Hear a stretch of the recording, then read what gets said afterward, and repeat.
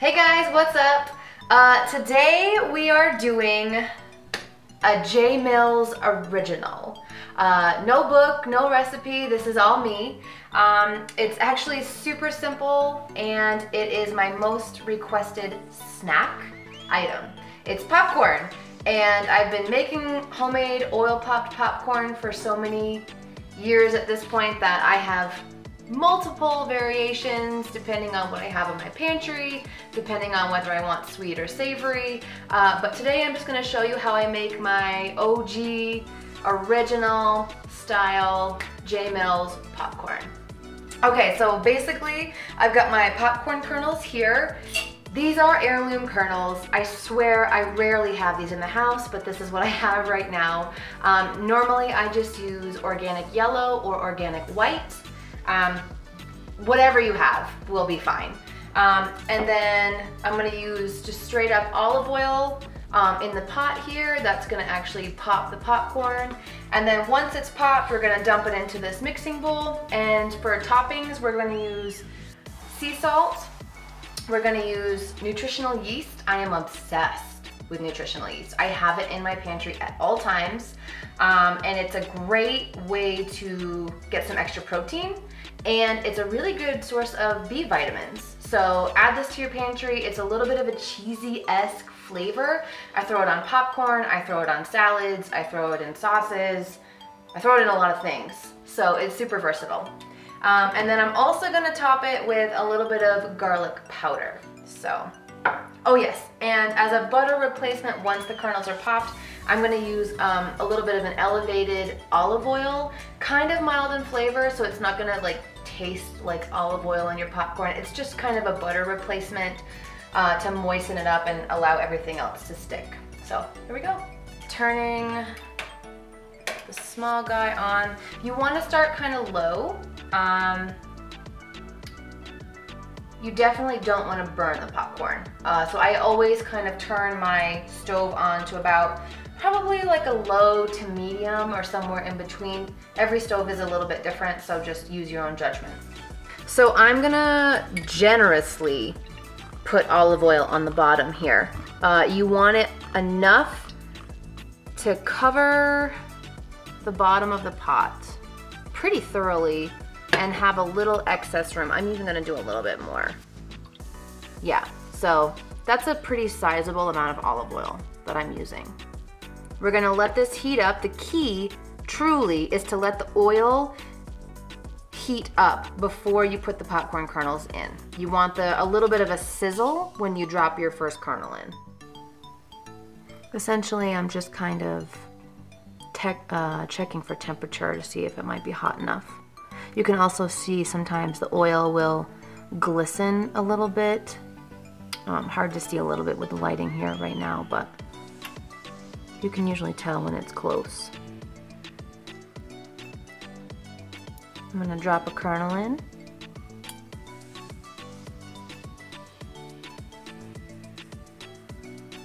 Nope, not quite ready. Okay, so you can see how it's actually starting to bubble a little bit. I don't know if you can see that or not, but you get a little bit of a sizzle, so it's just about there. So at this point, I am gonna go ahead and put the kernels in now. You'll see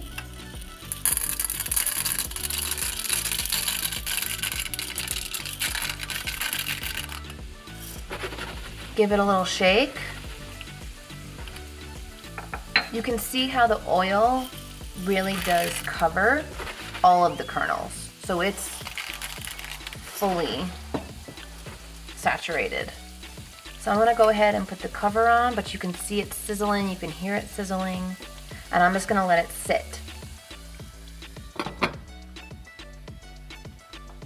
We're close to the first kernel. I can feel it. I can feel it getting ready. Oh, there's one. Now we're cooking, people. Got some sizzles and some crackles, whoop, and some pops.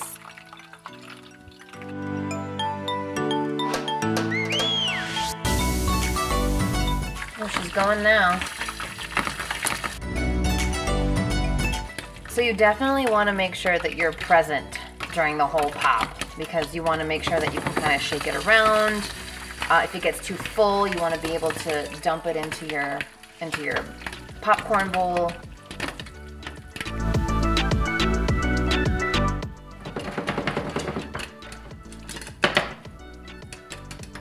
You do want to be careful and listen. You need to listen when you're doing popcorn like this because if it goes too long, the kernels on the bottom will end up burning. So you want to make sure that you have a pot holder ready, and then you can do a little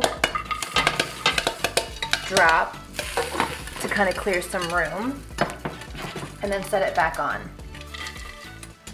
So while the rest of this is popping, I'm gonna go ahead and do this a little bit in batches. And really, I just make this to taste.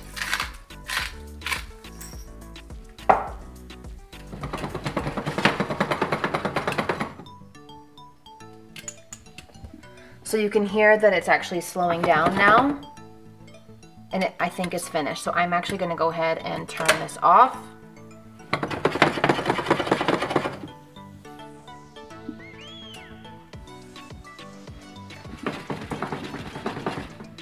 Give it a couple shakes. Yeah, it's done. So I'm gonna slide it off now because we don't want it to cook anymore. I'm gonna finish seasoning this. So I've added some more quality olive oil. I'm gonna add the garlic powder to taste. I've added the sea salt, and now I'm going to add the nutritional yeast.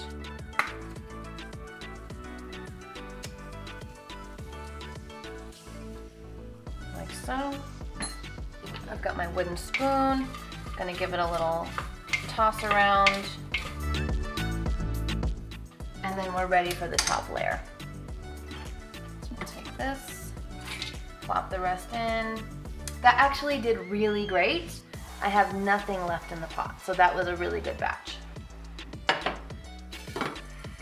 I do always just kind of do a quick peruse around to make sure that there's nothing burned. Like this one might be a touch burned, so I'm gonna get rid of that. Everything else looks pretty good. Yeah, all the rest of it looks good. So same thing again. Quality olive oil. A fair amount, but again to taste. We're gonna do the sea salt.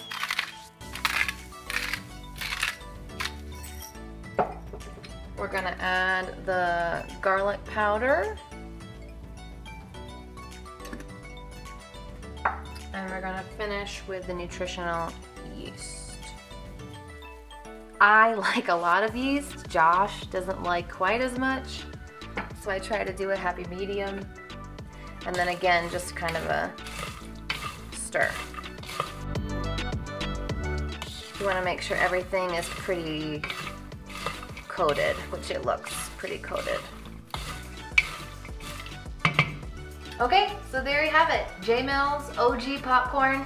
Super good snack. Sometimes we have it for dinner if I don't feel like making anything else. And honestly, fairly healthy. You've got good fiber in the popcorn, you've got good protein and B vitamins in the nutritional yeast. And then the olive oil is gonna be some good healthy fat for you, so you can kind of enjoy it and not feel bad about it. Bye.